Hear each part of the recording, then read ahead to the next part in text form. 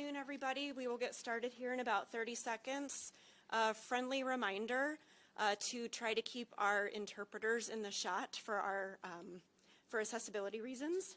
Appreciate it. The run of show today, Mayor Jacob Fry, Department of Community Safety Commissioner, Director of Emergency Management, and a representative with the Minneapolis Police Department. And then we'll take questions after the remarks. Okay? Thank you. CJ, are we all set? Yes, thank you. Thank you.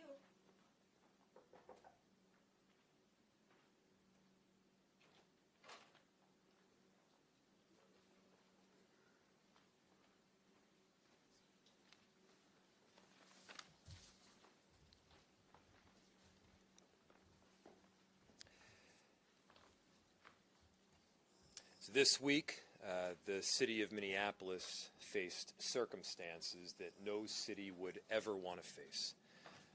But from fire to police, from neighborhood relations to communications, from emergency management to health, our city showed up. And because of that collective work, lives were saved.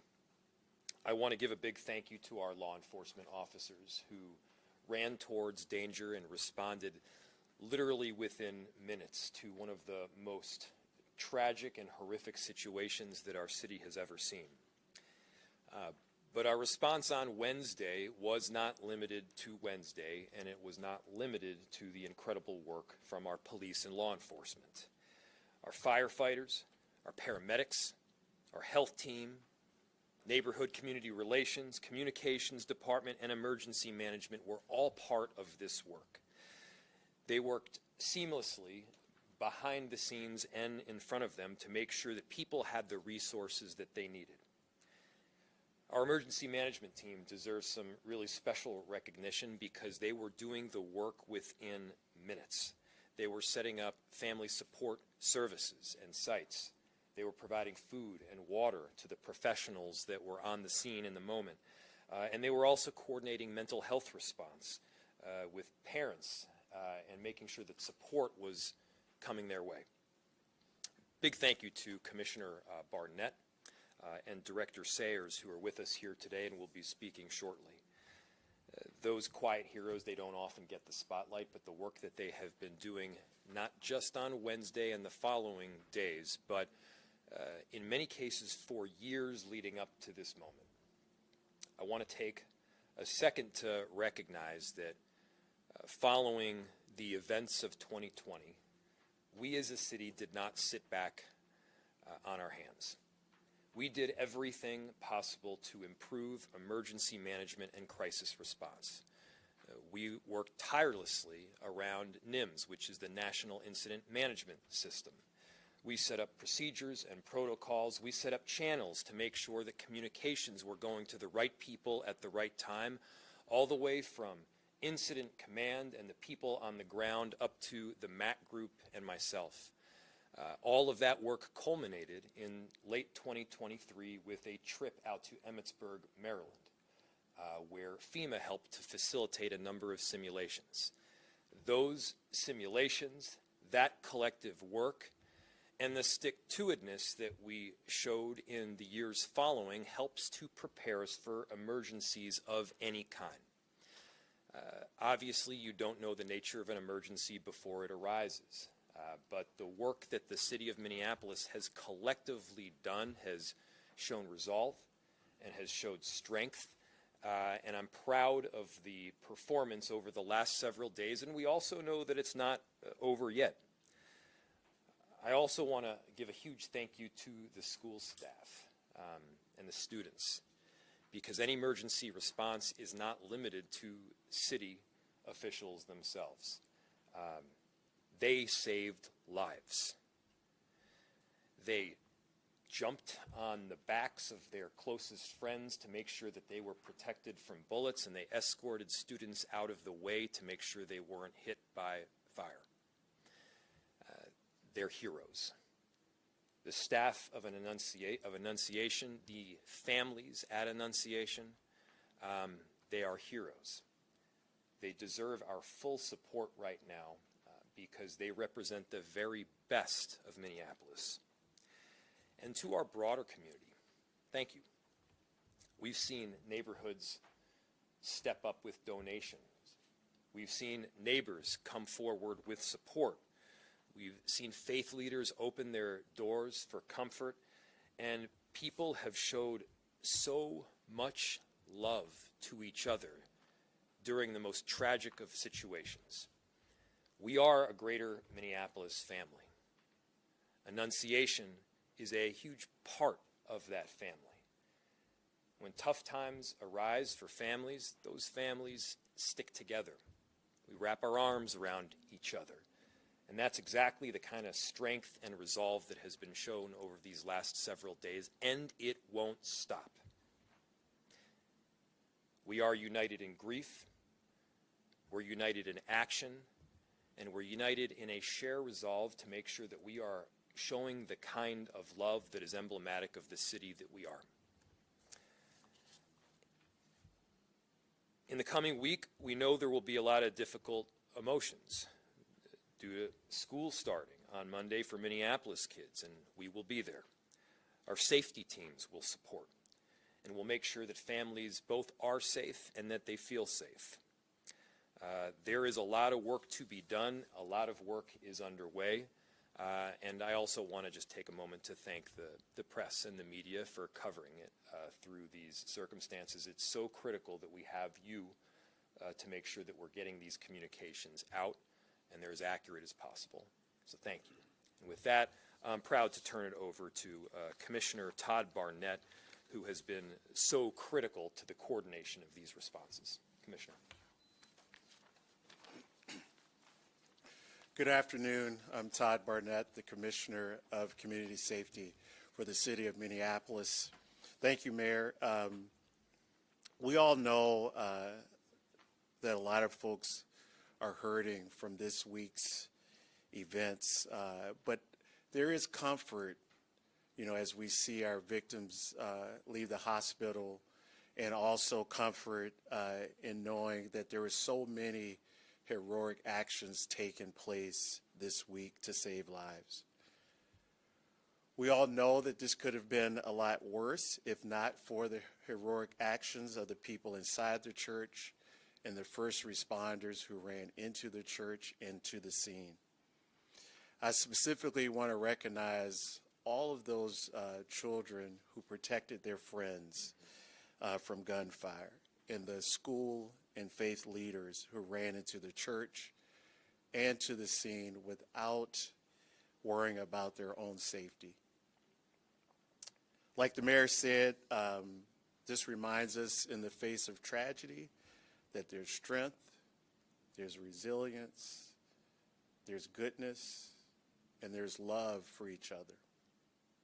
I want to acknowledge the outstanding coordination and collaboration from all of our city departments, our surrounding cities, the county, the state, and the federal partners, along with our community partners and nonprofit organizations. We cannot thank you enough. This demonstrates the impact that all of us can have when we're working together. Our Emergency Management Director, Rachel Sayre, joined us earlier this year, and I've watched her. She's hit the ground running. She has emphasized the importance of preparedness. She's also emphasized the importance of our response, the recovery process, and learning from incidents. She brings an international experience to responding to emergencies. Her leadership and her team's leadership and response were critical in helping victims and families in the community. Director Sayre has brought a new level of preparedness to our city.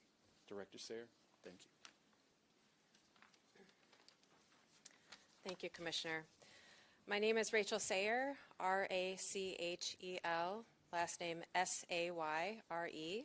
I am the Director of Emergency Management for the City of Minneapolis, and I am also right now the Director of the Emergency Operations Center for the city. When I arrived to this role in the city, my mission was to ensure that we were prepared for whatever disaster or large-scale emergency would come our way. This week, we activated our city's Emergency Operations Center and emergency plans immediately. Our job when we do this is to provide services for the impacted families, as well as to provide resources for the first responders so that they can get their job done safely. We provided, in the immediacy of this emergency, food, water. We had mental health resources on site to be provided to families while they were still at the church. And going onward, we have continued to provide services and support, such as hot meals, things like mental health and spiritual support. We are providing pet therapy dogs as well. We are providing, most importantly, connections to resources that are going to help the family immediately and in the ongoing aftermath of this tragedy. If you were impacted, it's really important that you know this. If you were at the scene, if you worked in the church, if you were a neighbor that witnessed what happened, if you were a witness in the immediate area, you have the ability to access funds that will help you recover. These are managed through the Office of Justice Programs through the state, a great partner in helping make sure that you have access to these funds. You can find these funds on their website. These are going to help you get reimbursed for things like lost wages, for medical expenses, for childcare, accessibility. So we really encourage you, if you were impacted, to please reach out and avail yourself of these reimbursement funds and apply. We want to make sure you have access to those. And then finally, I'll just say we always want to make sure our community is prepared, and one of the best ways you can be connected to making sure you have the latest information is by texting MPLS alerts to 77295, and that is going to get you the most immediate information when we have severe life-threatening alerts that you need to be aware of. With that, I'm going to turn it over to our Assistant Chief Gators. Good afternoon, everyone. I am Assistant Chief Christopher Gators, the Minneapolis Police Department, CHRISTOPHERGAITERS. Just to let you know quickly here that we don't have any new updates as far as the investigation. I am here to speak operationally about what is taking place with the police department moving forward. Keep in mind, we understand that as parents, worshipers, officers within our law enforcement community, we understand the fears and concerns that so many of our community members have regarding what has taken place and what they're carrying within themselves right now. We recognize that people want to be reassured that our community is going to be safe, that our children are going to be safe. Those visiting and frequenting these facilities such as schools and worship facilities are going to be safe, and we take that very seriously. We're committed to doing everything we can to ensure that our teachers, administrators, along with, more importantly, our children coming back to school and those who are already in school are going to remain safe. We equally are committed to safety, and for those who are attending, we have volunteers within our schools.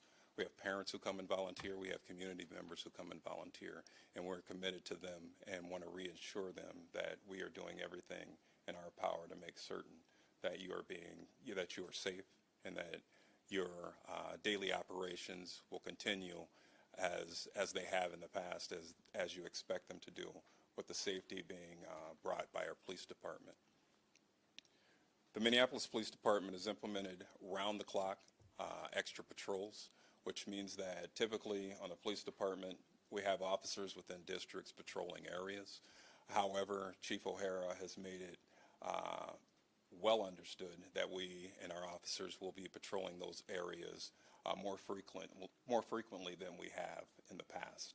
So in their downtime, where they will be patrolling facilities of worship, school facilities, and making certain that they're being seen and people are being kept safe. These enhanced patrols will remain in effect through September 5th. However, keep in mind that Chief O'Hara will evaluate information as it comes in and can scale up and adjust these patrols and extra patrols as information comes in. The Minneapolis State Patrol, Department of Natural Resources, and many Hennepin County agencies are also providing extra assistance with extra patrols for our city as far as public safety is concerned, and we are very much so appreciative of that. We cannot do this without our law enforcement partners and our community members. Patrols and through these agencies will continue through September 3rd, and again, those can be scaled up or back as information comes in. Since August, our patrol operations have been strengthened by additional support from state and county and local law enforcement partners, and we will continue to use them to progress through and work through these challenges that we're facing, but be certain about the fact that we will be here for community and be here for your safety.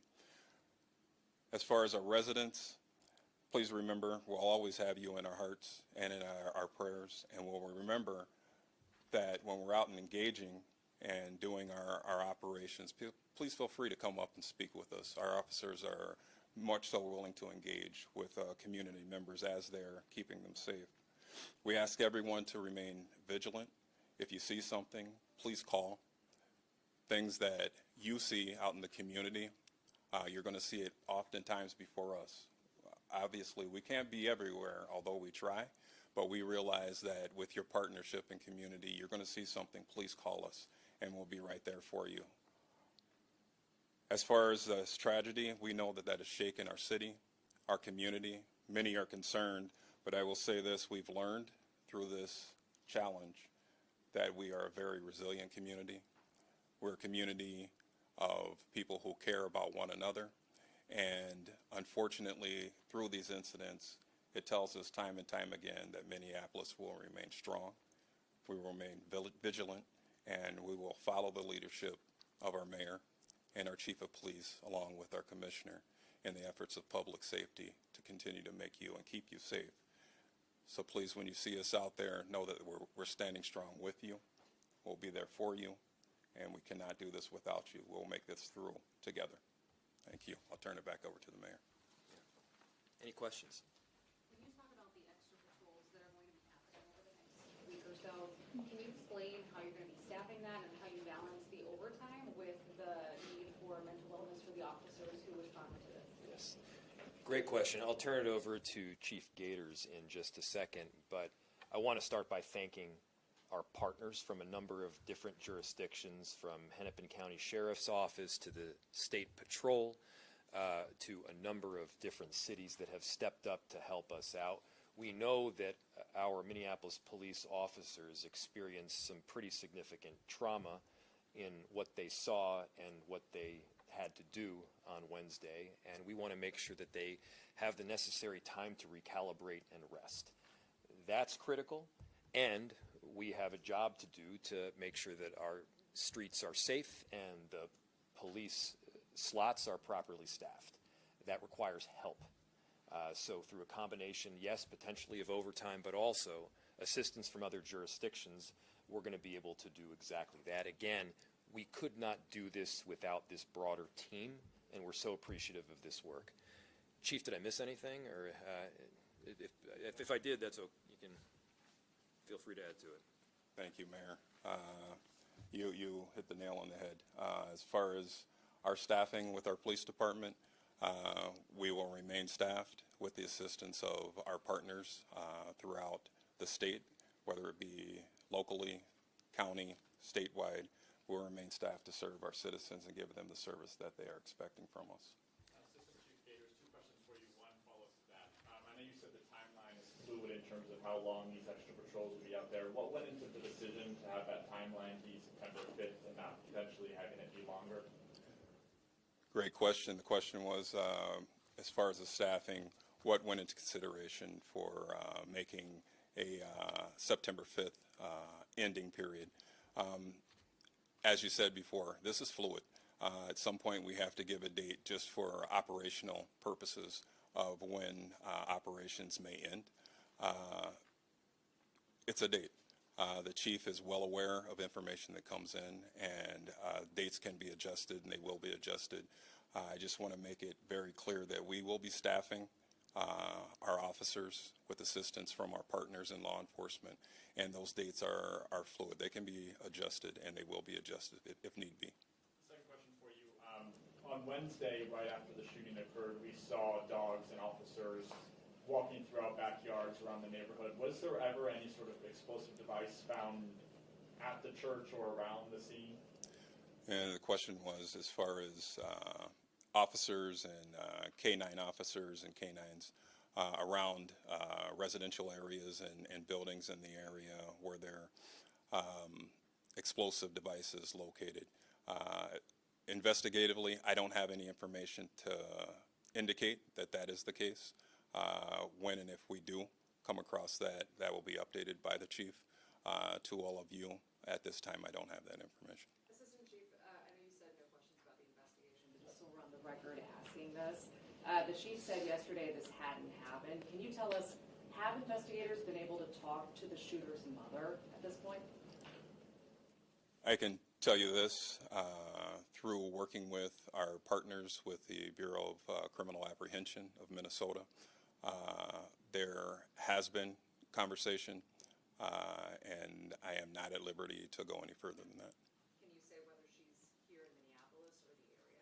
I am not at liberty to go any further than that, but I do appreciate the question. Thank you.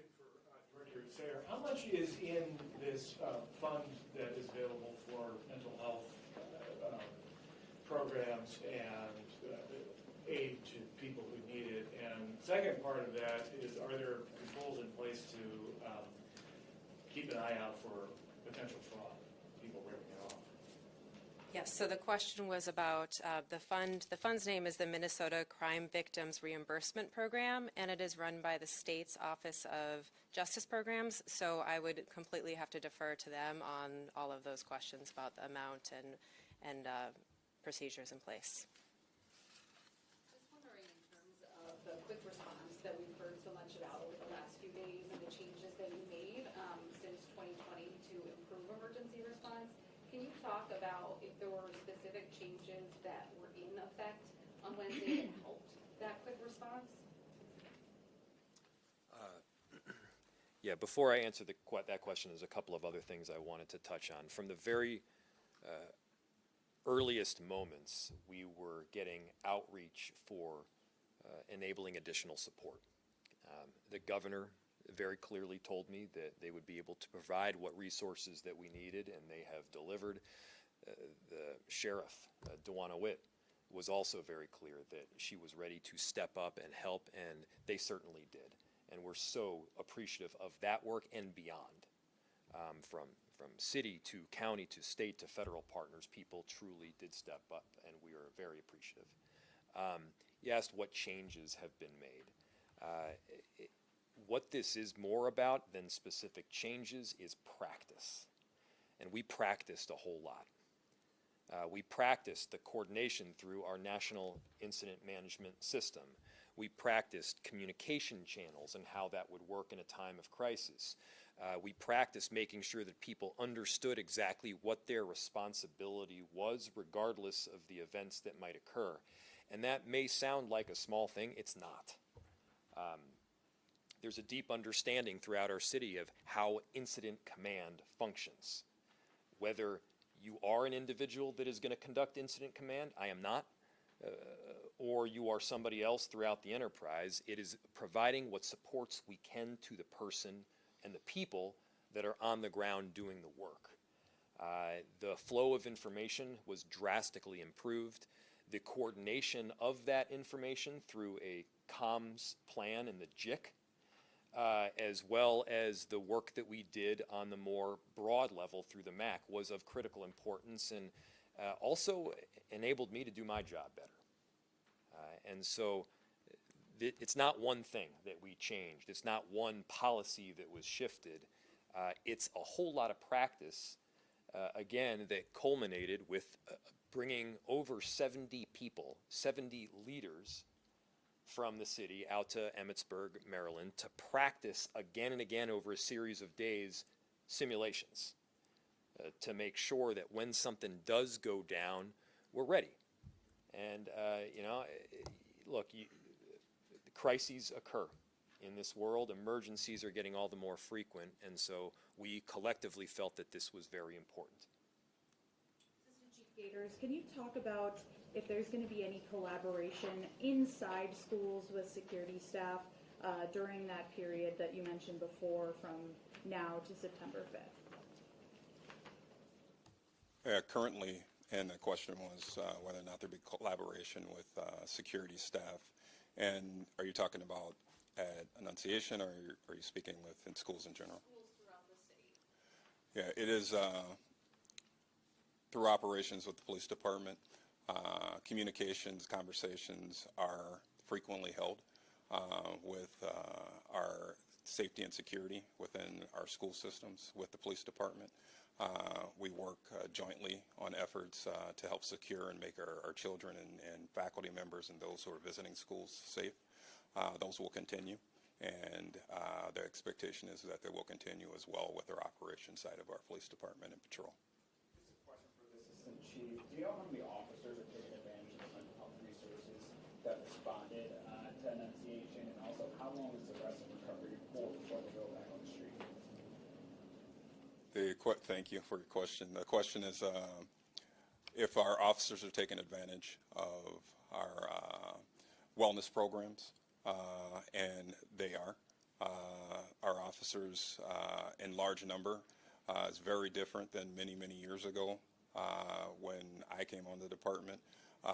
It is pleasing to see the number of officers who are taking advantage of this. This is something that our city has worked very hard with the police department on, and from the mayor on down, this is something that is encouraged with our officers, and they are taking advantage of it. The amount of time for each and every officer will be different. It depends on what the officers need, but we rest assured that we are here to make certain that they get what they need. And if that's the resources of experts within our wellness program, they're there for them. If that's time, we'll give them as much time as they need to make certain that they can come back very healthy. We're going to do 2 more questions. Just a quick question for the Assistant Chief. Have you determined at this point what time the shooter arrived at the church, and if this person had done surveillance of the church in the days, weeks, months prior to the shooting?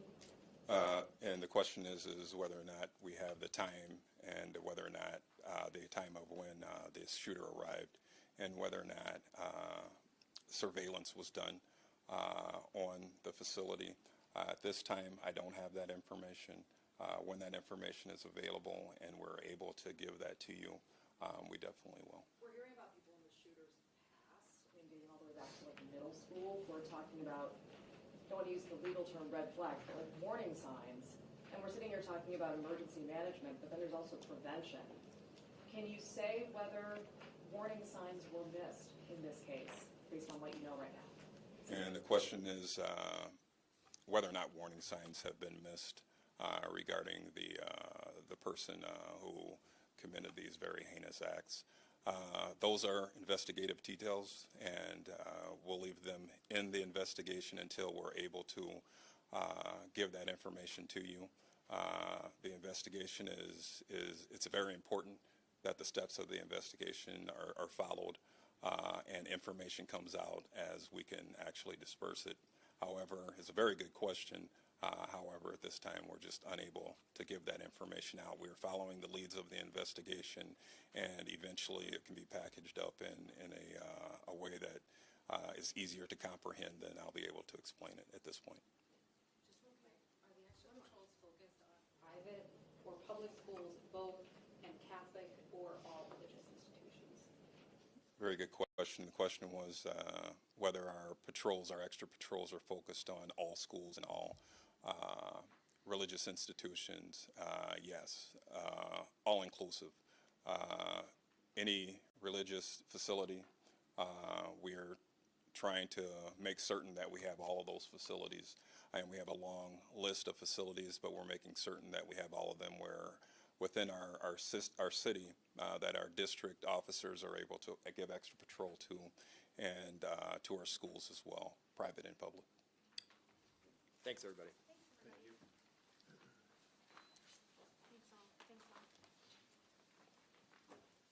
Anybody need names, spellings? I encourage everyone to reach out to communications@minneapolismn.gov for media questions. Happy to do spellings.